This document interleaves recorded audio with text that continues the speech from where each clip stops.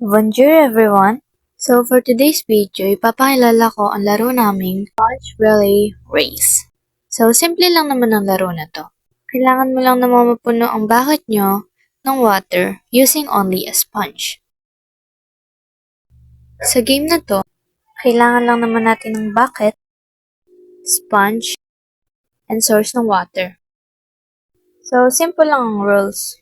Dahil nga Sponge Relay Race ito, hindi kayo maaaring magsabay-sabay. Maaari ka lang tumakbo pag nakabalik na ang member mo. Also, kung mapapansin nyo, may 3 levels ang bucket. Dahil nga simple ito, nilagyan namin ng twist.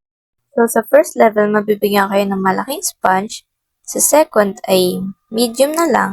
And lastly, yung sobrang liit para pahirapan kayo. Joke lang po. Sa first team na makakatapos, ang naka-assist na facilitator ay mag-shout para sa inyo. Tapos na. Nakita mo yun.